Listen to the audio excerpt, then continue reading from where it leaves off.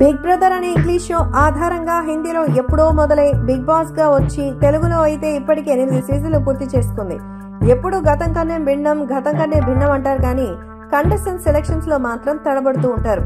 So మొత్తానికి 14 మంది contestants తో హౌస్ లోకి వచ్చిన Telugu Bigg Boss season 8 first వీకే మరి ఒకరిని బేబక్కను బయటకు పంపించి 13 మంది ఉన్నారు. సో ఇప్పుడు ఎంతో చక్కగా బేబక్క, కిరాక్ సీత, నైనిక, విష్ణుప్రియ, సోనియా, పృథ్వీ, నిఖిల్, నబీల్ అఫ్రిది, ఆదిత్య, ఓం, శేఖర్ భాష, నాగమణి కంట, అభయ్ నవీన్ కంటెస్టెంట్స్ గా వచ్చారు.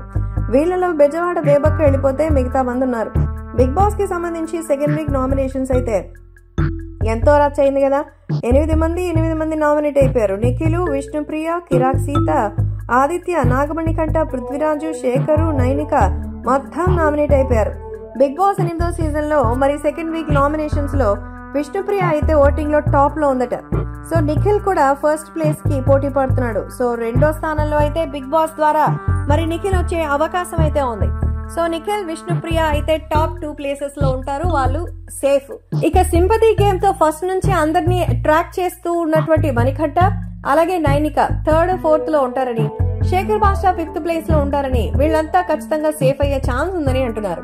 సో అయితే ఇక్కడ మిగతా విషయాలకు వచ్చినట్లయితే బిగ్ బాస్ 8th సీజన్ లో మరి ఆదిత్య ఓం అయితే లాస్ట్ లో ఉన్నారన్నట్టుగా తెలుస్తోంది.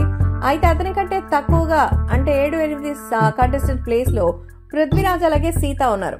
సో ఈ ముగ్గురులో ఎవరో ఒకరు ఈ వీక్ నుంచి వెళ్ళిపోతారు. అంటే ఆదిత్య ఓం గాని, పృథ్వీరాజ్ కానీ, కిరాక్ సీత. ఆదిత్య ఓం హీరోగా ఉన్నా ఇప్పుడు ఆయన అందరూ మర్చిపోయారు. పృథ్వీరాజ్ అసలు ఎవరో కూడా తెలియదు. ఇక సీత అంటారా, ఆమె ఏ రకంగా ఉందో తెలిసిందే. కాబట్టి వీళ్ళలో ఎవరు వెళ్తారో చూద్దాం.